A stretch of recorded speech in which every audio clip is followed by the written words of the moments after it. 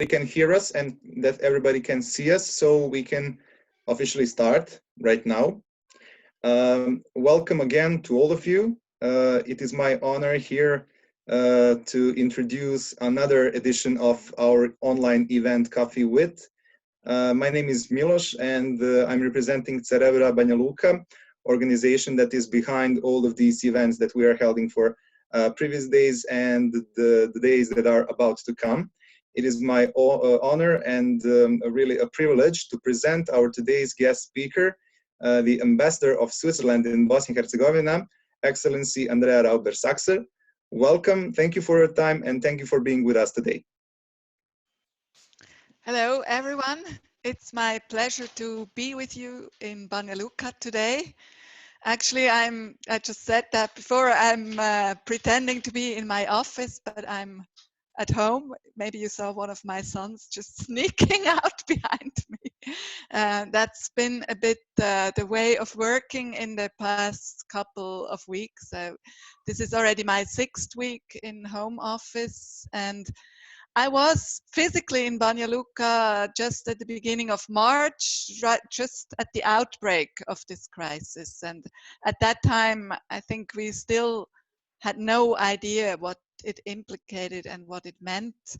And about a week before that, I had been in Switzerland, and also in Switzerland, we were still kind of, you know, shaking each other's hand, but kind of laughing at each other, saying, are we still allowed to do that or not? And in the meantime, so much has happened. It's incredible. And I think in a couple of years, we will look back at this crisis and see that it is really a turning point in humankind history. Right now, all over the world, there are almost 3 million people infected with this disease, over 200,000 deaths.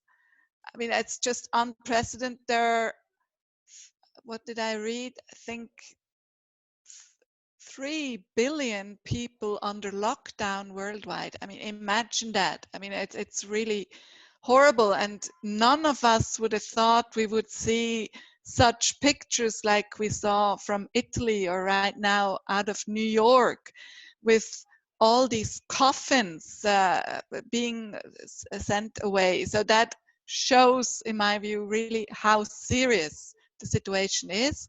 And the health crisis is just the beginning, because of course we are entering also into an economic crisis. So it's extremely a serious situation.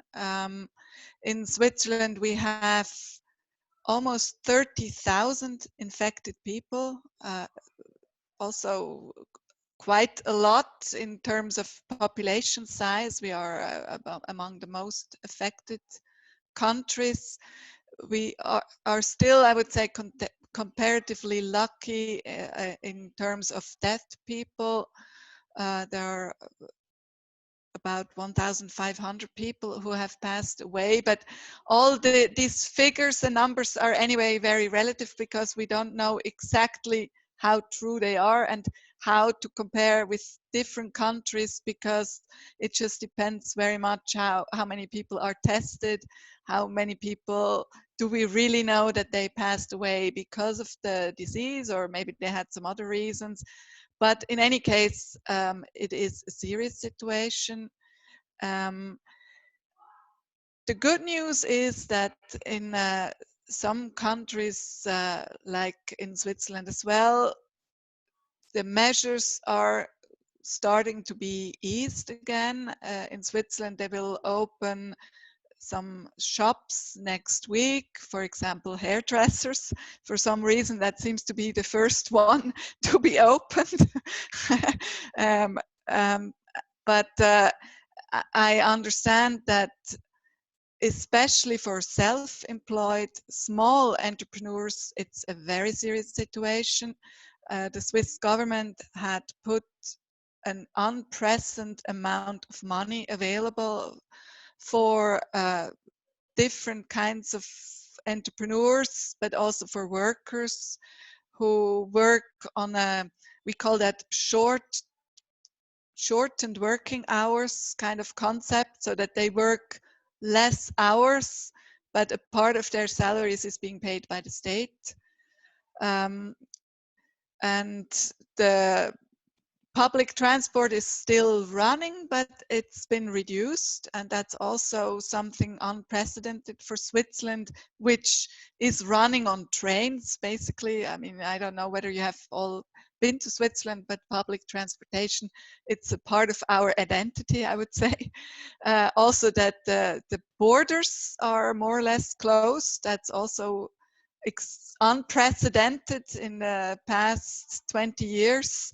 We are now facilitating the return for Swiss people who are staying in Bosnia and Herzegovina, and for each border they need some kind of a letter of passage. Imagine that in today's Europe. I mean, again, unprecedented.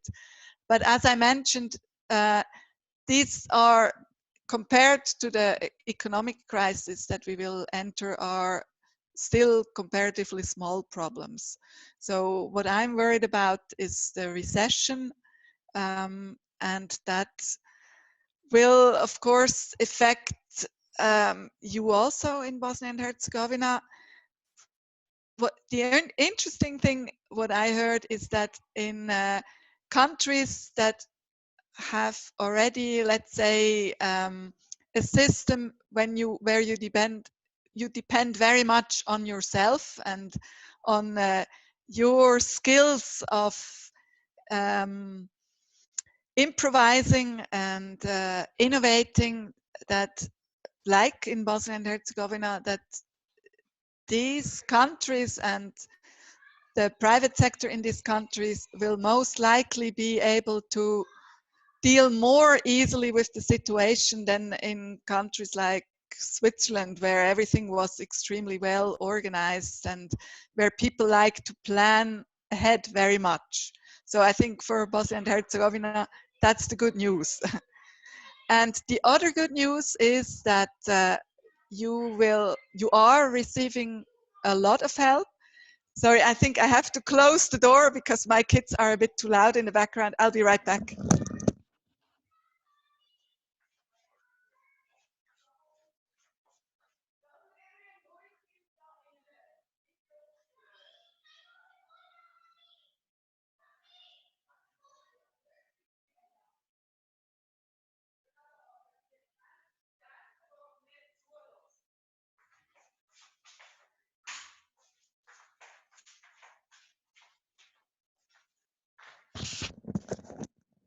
Sorry about this, but that's what I meant in talking about improvisation.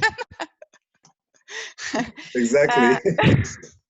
That's what happens. But in any case, I wanted to say that Bosnia and Herzegovina is fortunate in the sense that you have a lot of help from different parts of the world. I mean, we know that the EU has managed to liberate huge amounts of money, also the International Monetary Fund, and of course Switzerland as well. We are also very much supporting, especially now we have developed some smaller rapid response action for socially vulnerable people who are the first ones to be hit by such a crisis.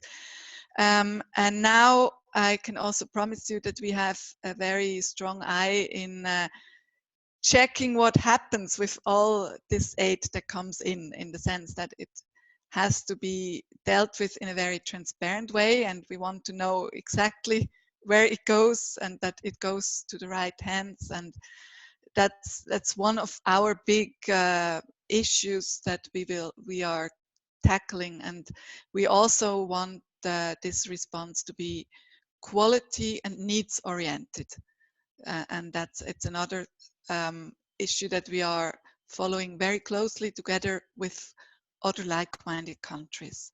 So I think that's the good news. Of course, I'd be very interested to hear from you personally also how you are and how you deal with this situation. I think you're all very young. I don't know whether you're at university or working, but you're certainly on the verge of entering the labor market if you have not already. And this is exactly why we have already before been very much focused on youth in our work. And I forgot to introduce my colleague from the embassy, Maria Budaric, who is also with us. You see her with her nice red t-shirt and her glasses. She is basically our advisor on youth. And she is not hired to advise young people, but she has been hired to advise us on how to work in a way that we are effective in working with you and for you. So basically, she is our own quality check in terms of youth engagement. And she's still very young, but she already has a lot of experience in this field. So I'm very glad to have her with me. And yeah, I don't know whether you have already some questions at this stage. Yeah, sure. We prepared everything in advance together with your team and your colleagues. Also, in behalf of Cerebra, I would like to thank Maria for being with us as well here and welcoming her as well in this discussion. As a real proof that this country has a lot of potential in young people and in youngsters here, no matter on the age and number of years, there is still a lot of space for gaining experience and recognize it here. Yeah. If we are saying about the questions that we prepared here, some of them are now already answered in advance, and I really thank you for that. Maybe to put a bit this conversation in direction of something good and positive and something else than the whole situation with the crisis and the pandemic here, because we can hear it all the time in the news. So as you actually already mentioned, there is a lot of effort and a lot of support that Switzerland is providing here in Bosnia and Herzegovina. So after this everything ends, the situation, as we already can see, there are some signs this is about to be end soon. What do you think about those programs? Are the programs that we already had in the previous months and years here from Switzerland will be some kind of maybe mixed or changed, or how will it affect the daily base work here? I first have to say, as I mentioned, we are active on youth in all our programs, but mainly also on youth employment. That's a big issue for us. And also creating jobs, so supporting entrepreneurship for young people and for young entrepreneurs, but also for entrepreneurs to hire young people. And also two other fields are health. So you can imagine that that's already a big topic for us for many years. And as well, local governance. So we've been working with municipalities all over Bosnia and Herzegovina in how to be more effective in what they do and more citizen oriented. And I think that all of that is extremely relevant in this current situation, and we will definitely continue working in the different fields in our projects. But I think we cannot just continue as before. We will definitely adapt to the situation. In some ways, I think it's also a huge opportunity. For example, as we can see right now, digitalization will be furthered even more, and even those who haven't seen the sense of it, they will hopefully now, due to the present situation, realize how important it is, and that one really has to follow through in all fields of life. I don't know whether at your universities you were already working in a digitalized way before, but now I suppose you all have online classes. We have in our work a lot of online meetings, And I really see a huge advantage, even though I like meeting people personally as well. And that's a big part of my work that I love. But on the other hand, it makes it also very easy if you can just join each other on video meetings, and you don't need to travel 4 hours to Banja Luka, for example, or other parts of the country. It just means we can meet each other more often, maybe. So I think that's also a huge advantage. I also think it will brings home the need for reforms much more clearly, especially in the health sector. And I hope that now the point has also hit home at all levels of government, how important this is, and that you cannot just delay such reforms, but you really have to tackle them urgently. Now we see, for example, also that a lot of medical equipment comes in from all over the world, but do you have enough medical workers to work with that equipment? So that also shows how important it is to manage personnel, to make sure that salaries are adequate in all sectors.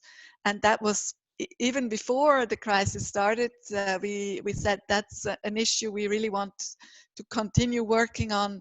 Decent jobs, decent not only in terms of salary, but also in terms of social rights. And I think that will continue. I also hope that governments will see more reform pressure, because there is a certain danger that once the crisis eases up, that even more people leave the country because they are so fed up. But that's just exactly when you need to have some kind of retainment policies, as you would maybe say it in the private sector. We will definitely use all these arguments to be even more effective in everything we do. And I think that also politically speaking, this will help us to follow through with reforms. Also because, frankly speaking, we see that the Bosnia and Herzegovina now depends even more on international support than before. So maybe that also gives us some arguments to be more effective in terms of reforms. We will see, of course, the crisis is still at its early stage, but it has hit home that no matter where you are in the world, something like that can affect everyone. Also, it doesn't matter whether you are a politician or a worker, you can just get infected as anyone else, and you will also need urgent help. So that means it's not so easy to just leave the country and say, okay, I'll go to Croatia to a hospital where I get better served.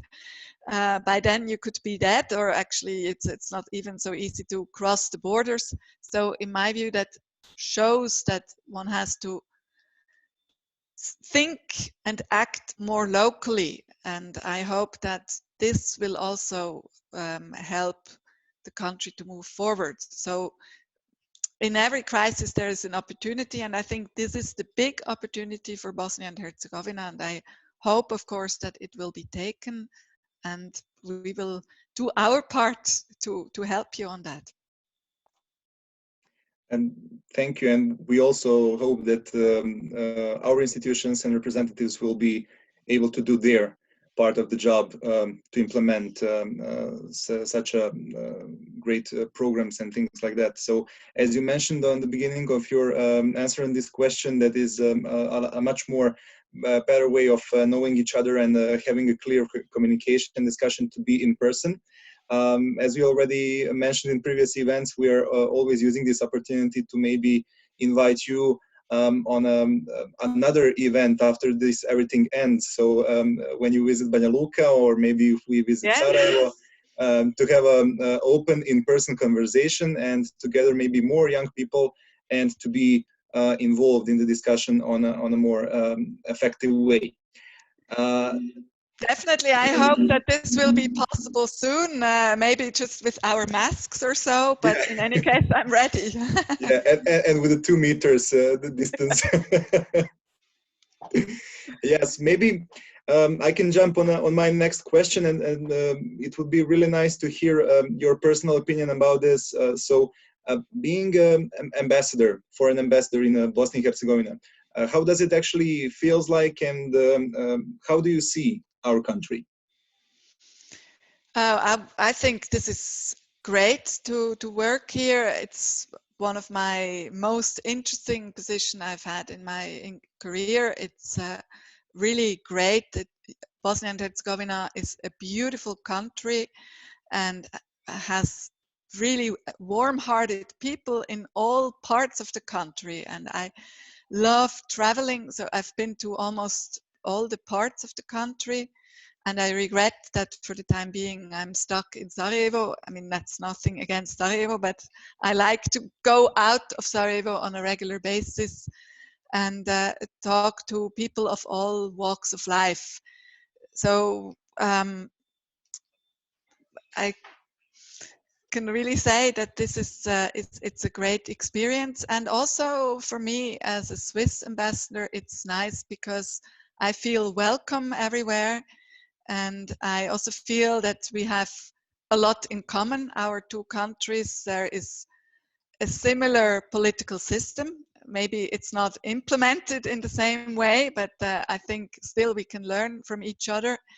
And I have also set up some partnerships between Bosnian cantons and Swiss cantons, for example. I think also at that level there is a really interesting exchange, and it's very interesting to see ministers from Bosnian cantons and from Swiss cantons that at the end of the day they deal with very similar challenges, and I think that's also great for them to see that.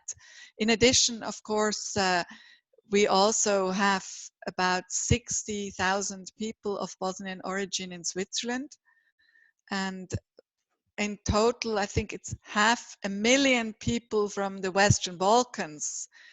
So for me, it was also very interesting to see that coming to Bosnia and Herzegovina, I had been here only on a short visit many years before, but now when I come here, I recognize that I already know a lot of your culture through your people who live in Switzerland, and that was also very nice. And I'm also trying to learn the language, and I think that will also be useful for me wherever I go, because you have such a big diaspora. But I hope that the diaspora will also be encouraged to come back in one way or the other, if not physically, then at least in a way to really do something for their homeland. And that's, by the way, another project we have. Great, thank you. Mentioning that situation, especially on a political basis in Switzerland, as we always are taking Switzerland as a positive example for almost everything. Back in the time when I was on my faculty, we were always doing those kind of comparative analysis between Bosnia and Switzerland and Bosnia and Belgium, for example. So if we talk about, for example, politics, I have a feeling that everything in Switzerland is less about politics and more about real issues, real life, and real needs. So what would you say, what would be the best Swiss recipe for Bosnia? It's a good question, and it's not true. There's a lot of politics in Switzerland as well, like anywhere in the world. I think the big difference is that at the end of the day, our political system promotes compromise, and the population also applauds to compromise. So there are a lot of political fights. Usually it's really between different ideologies, meaning between parties who are more left-wing or more right-wing. You know what that means? It means either to promote more state or more private initiative, or more social issues, more business issues. But what the just also the current crisis showed is that at the end of the day, if it's really about very basic issues like saving people's lives, they can get together very quickly. And our government, for example, is a coalition government where the whole political spectrum is represented, and they took very forceful decisions very quickly. Maybe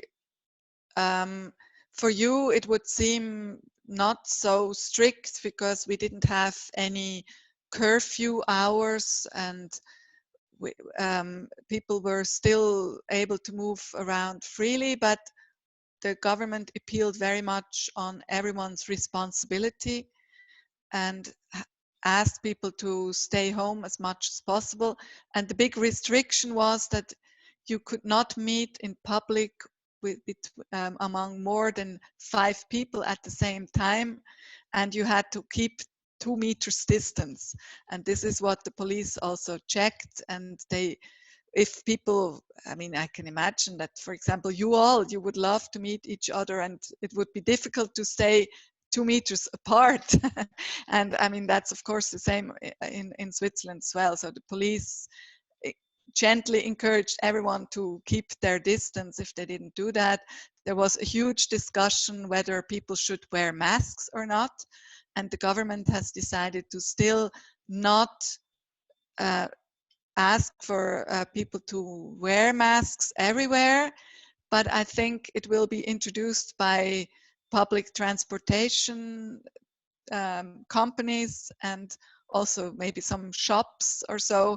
So people will be basically more or less forced to wear masks, but not by a government decision, but by maybe a society decision or so. But, you know, I was also impressed here in Bosnia and Herzegovina. The first few weeks, the system responded very quickly and very effectively. I have to say that.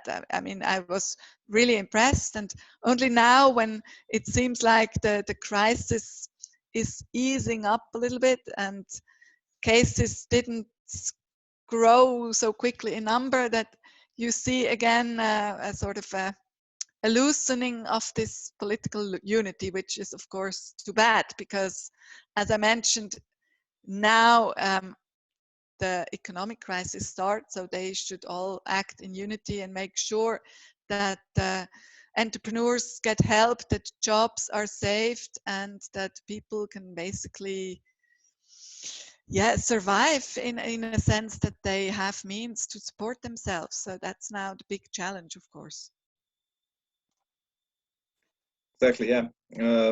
Thank you for sharing all of these opinions with us. I'm also encouraging other people, if they have maybe some comment or related to everything that we are discussing right now, please feel free to raise a hand or to jump in the Zoom group chat. I already have several questions out here, and we can slowly start with them. We have Maya here, and I know that Maya is unfortunately usually during these conversations is a bit having a bit trouble with the connection. So if Maya don't mind, I can read the question. Okay, I can see her saying yes. So the question was about the first impressions of Bosnia and Banja Luka. You partly already answered this question in previous answers, but we can maybe change it in a manner of asking you what is your impression about Banja Luka, and what have you actually remembered from your visits to our city? Oh, I've been to Banja Luka many times, and I really like it. It's a very nice town. You are lucky because you have green hills around you, so I'm sure you'll be able to go out to nature very quickly. I like to go jogging in the morning to the castel or so. Usually we are staying at the very centrally located hotel. So I think that's very nice. It's also a very clean city. I'm very impressed. I've met already very many engaged young people in Banja Luka, which also impresses me a lot, and also a lot of young people who tell me that they want to make a life in Banja Luka and stay there and work on building up a good life in Banja Luka. I'm very impressed about that as well. I've also met quite a few business people who are very impressive. I mean, business people in Banja Luka. And, you know, for example, in the IT sector, I see that for them, they have a very nice life in Banja Luka, working with the rest of the world and basically having the best of both worlds. I also have to tell you a well-kept secret about Banja Luka. I don't know whether you all know the newspaper Neue Zürcher Zeitung. This is the best newspaper of Switzerland, which is really high quality journalism. Basically, it's what I read every morning to be informed about what's happening in the rest of the world. And they are also not only with a very serious journalism, but they also have a very high level of language. But the editing of that newspaper is being done in Banja Luka. So there are people from Banja Luka with excellent German skills who correct all the mistakes our journalists write in their articles and send it back to Switzerland. And I think not many people know that, so I want to mention that. It's also a bit part of globalization, I think, but it's in my view, a positive effect. For sure, but I didn't know that. It's quite a new information, and I'm really impressed with it. Thank you for sharing that with us. Okay, yeah, we can maybe move on with the next questions and our participants here. I can see Jovana Vukovic with her question, so I would ask Jovana turn on the microphone now.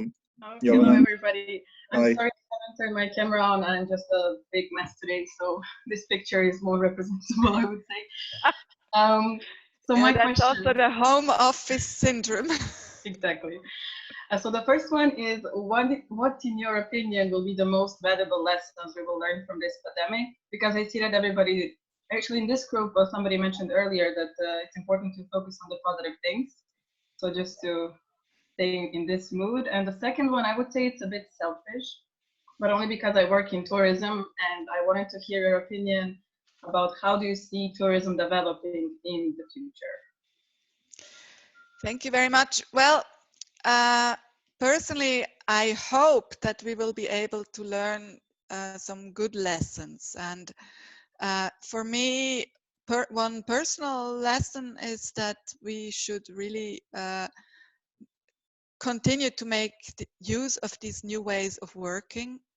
So, for example, as a mother of 3 kids, for me, doing home office at least once in a while, I think that would be nice, because it saves me a lot of time in commute and makes it possible to have more of my kids. And I mean, they are now at home and going to school also via internet platforms.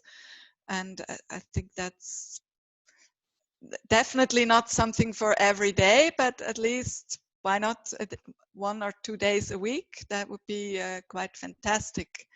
I think also the crisis has shown us that people show an enormous amount of solidarity.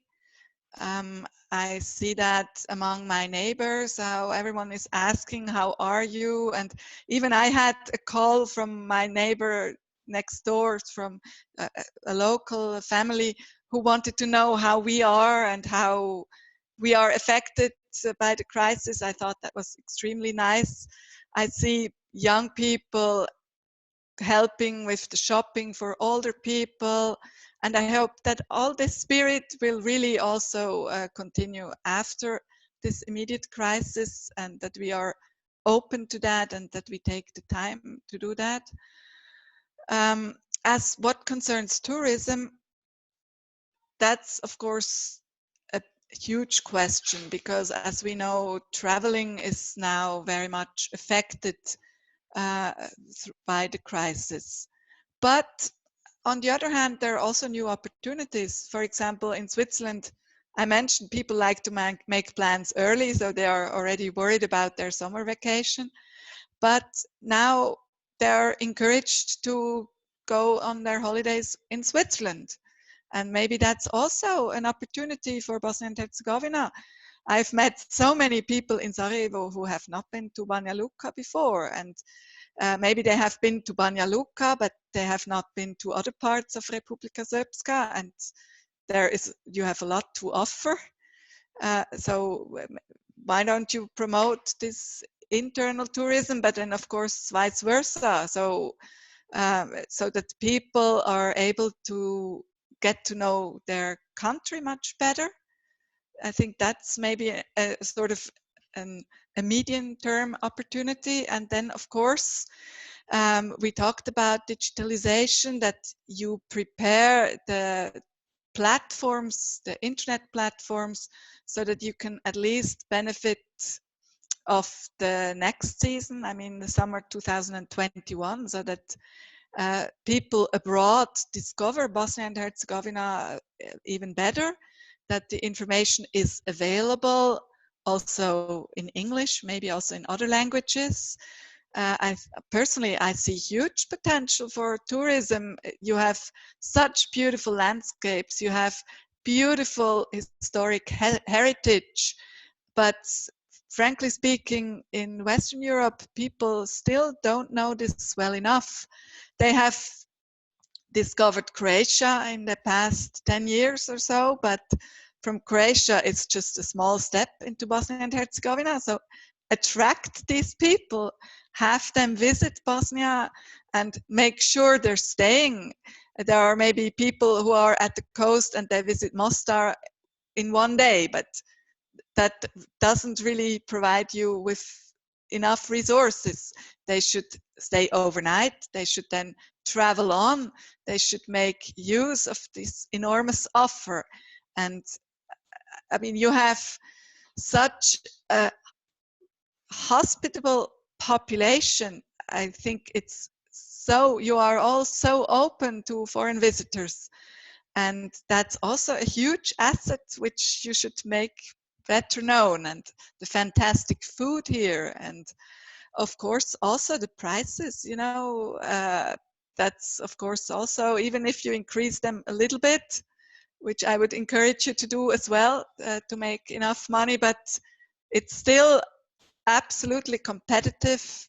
And in terms of services compared to cost, that's also unbeatable. So that make use of these assets and make sure it is better known. And maybe, I don't know in which kind of tourism sector you're working, but it's also important that you market yourself, not only each hotel or each city by itself, but that you join together and market the country, because the variety is the asset. And for people outside of Bosnia and Herzegovina, frankly speaking, they don't make a difference between Republika Srpska and Federation.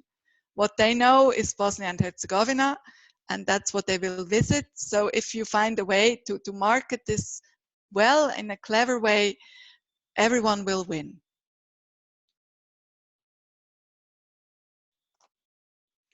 Yeah, speaking of the situation within the area of tourism and activities in the tourism, in this morning, I think I read an article that I think the Poland is about to give the opportunity to their citizens with some kind of coupons, so they can use it traveling in their own country. So for sure, the sector of tourism will be how to say oriented towards inside populations, so that actually we become the actors and the tourists in our own country, at least till this whole situation and crisis is really gone. So yeah, I really do strongly agree with that, with you. And right now I have Christian here with a hand and a question. So I think at least on our last event he was calling us from Munich. I think he's still there. Okay, Christian. Hello to everyone, greetings Ambassador. I'm still in Munich, but I think in a couple of 10 days I will get home because I have find a man to get home. He's living in Federation. In Federation, there is no quarantine for tomorrow. And I have one question for you, Ambassador. How do you see the future of Europe in 10 years, the European Union, and the future of Bosnia and Herzegovina? Very difficult to predict. I can only say what I hope, of course. I hope that the European Union will get its act together, that they will be able to deal well with Brexit, and that they will also be able to bring themselves together. And in my view, that also shows maybe that they have to be a bit more flexible to take different points of view into account. I mean, we've seen now a sort of a north-south difference, because also the southern countries were more affected by the COVID crisis than the northern countries. But we see, of course, also a big east-west difference, and that these are some very fundamental issues, and that the European Union has to kind of make sure that they find a way to consolidate that. For the region, the big challenge is obviously how to move closer to the European Union, and I hope that the EU will be able to deal with that in a very clever way. Meaning, on the one hand, to keep the countries on board and to make sure that you all are moving closer to the EU, but also not giving up on some basic principles, because that's also what the EU is about, and that should be part of a sort of membership plan. And as concerns Switzerland, you know, we are not a member of the EU, but we are probably one of the most integrated countries, even more integrated economically than many EU member states. And so for us, the relationship to the EU is the most important question. It's our main foreign policy question, but also a huge question for our economy. And also a big political question, because we have a lot of debates about this within Switzerland, in which way to keep close, to move closer possibly to the EU and still keep our own identity. And for that, we also need a strong EU. And so it's also for the sake of my own country that I hope that the EU will come out as a strong actor out of these different crises.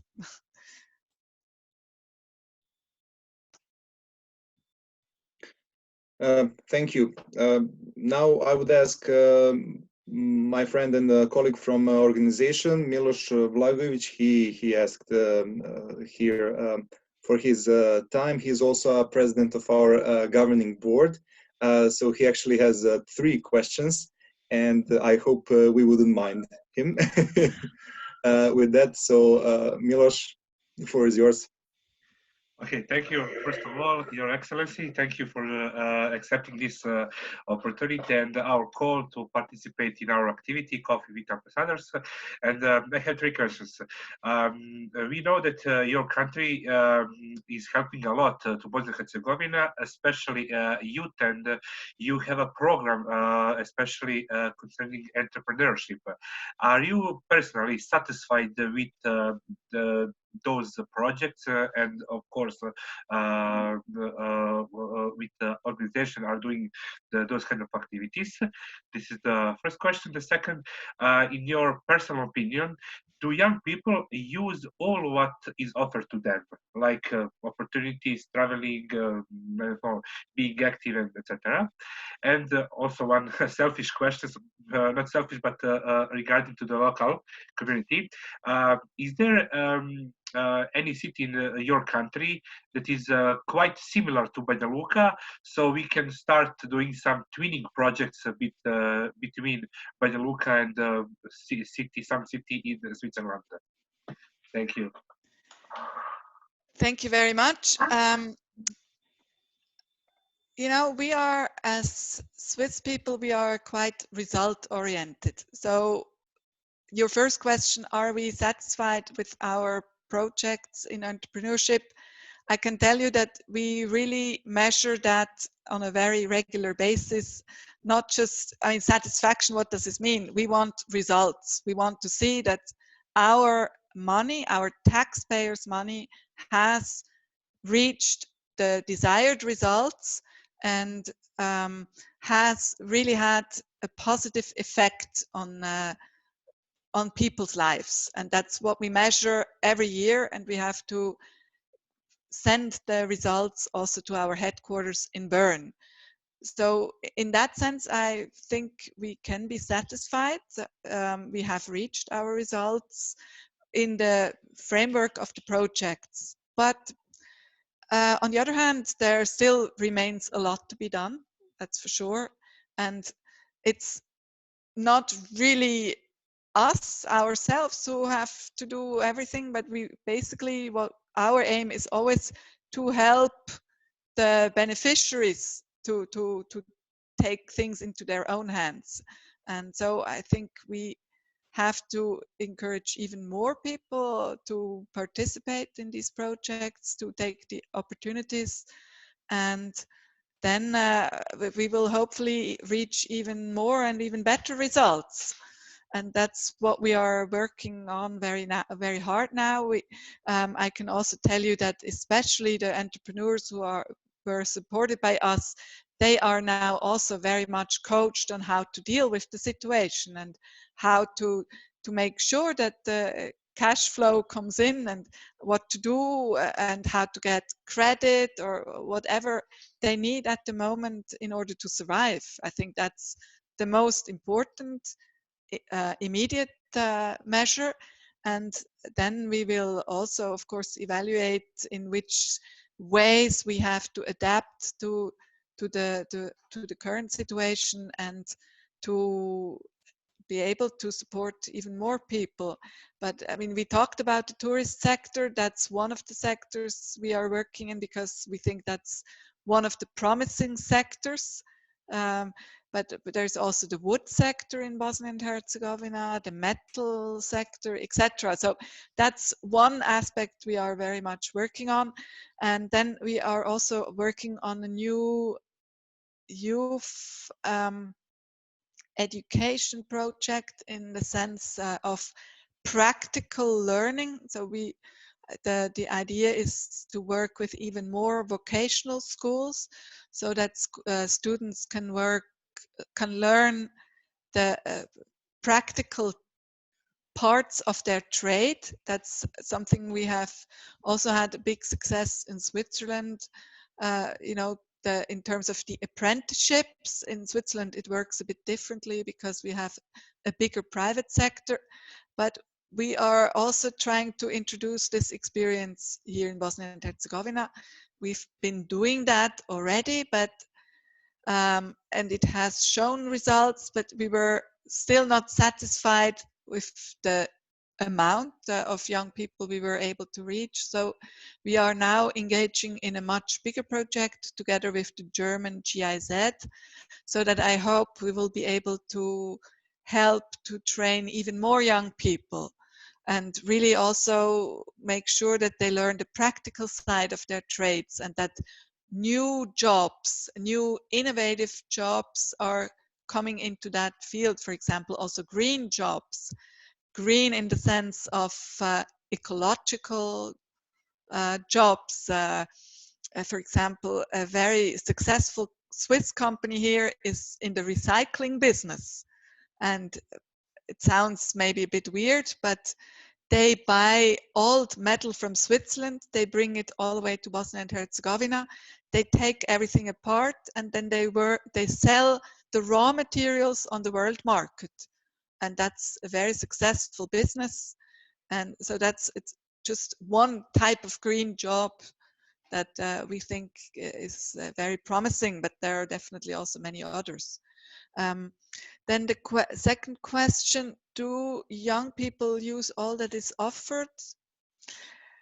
That's a bit difficult for me to judge because I don't know all the young people in Bosnia and Herzegovina. I tend to meet only the most engaged young people. So I would say that the ones I meet, I have the impression they use what is offered. I don't know, you have to tell me whether you think that there is enough information about what's offered out there, whether you have access to that information, and if not, then we need to change something. And the last question, a city similar to Banja Luka? That's a very good question. I would have to think about it more closely. It's not just the question of similarity, but in my view, we need to have a certain openness of the Swiss city to cooperate with a Bosnian city. I also noticed that in these cantonal partnerships, that really made a big difference. I also, of course, initially thought, okay, I will look at cantons that are similar in size, similar in geography, similar in challenges, and then this would more or less work automatically. But in my view, the most important factor is that there is an interest and a willingness to engage. So I have to identify a city that is really interested in cooperating with Banja Luka, and then I think it would work almost automatically. So give me some more time to think about it, and also together with Maria, and we will get back to you on that. Thank you a lot. And you know, maybe I'm sure we will also identify a city where there are already some people from the Banja Luka area living in Switzerland, and they could kind of help us also from their side. Certainly, cooperation is something that we are fostering more and more in our work here on local level. As you just mentioned, the way of communicating with the young people is really important, and we really need to think in that direction. Does the information actually comes to young people? Maybe just to be mentioned here that Cerebra is one of the NGOs, I mean, the first NGO that developed the first informational platform for young people in Banja Luka. It's on www.mladih.com. So we are actually doing our best to share the information. And it is more nowadays to share it and to push somebody to do something. Because the time of how to say and how to describe when somebody was more or less invited all the time to do something is gone. My personal point of view is that we need to do more to make that happen in the sense of giving and providing the information, making a buffet, if I may say on that way, and then to let the young people actually take what they want to have from that table. As Miloš is writing right now, yeah, sharing is caring, for sure. I think you're absolutely right. I think that's an extremely important point, and I will keep that in mind, because I think that is not only for the young people, but that concerns our whole relationship with Bosnia and Herzegovina. Because what I notice is that you have excellent people here. You already have a lot of know-how, and there is a lot, but too often some international agencies come here and think, oh, these people, they don't know how to do it, we will just do it. And that's exactly the wrong approach. And I mean, I can tell you we don't do that, but we are more and more also very much encouraging everyone, and especially also the United Nations, to name them, to adopt that approach. And I think that will maybe take a bit more time in showing some results, but on the other hand, it's definitely a more sustainable way, and it's also how you have to do it. Bosnia and Herzegovina is not a developing country somewhere in Africa. It's a middle income country which has a lot already to offer, and it may need a certain buffet to do even better. And that's what we have to offer. And then basically make sure that the buffet is open to everyone, and that hopefully also some more and more people eat together. I think that's maybe also one issue, that everyone thinks, okay, I will just take this dish and keep it to myself and not really share it amongst you all. And you all, I mean the whole country. And that's maybe a bit our role also, to kind of make sure we dish out evenly, but also to encourage everyone to sit together and make use of that buffet. Of course, yes.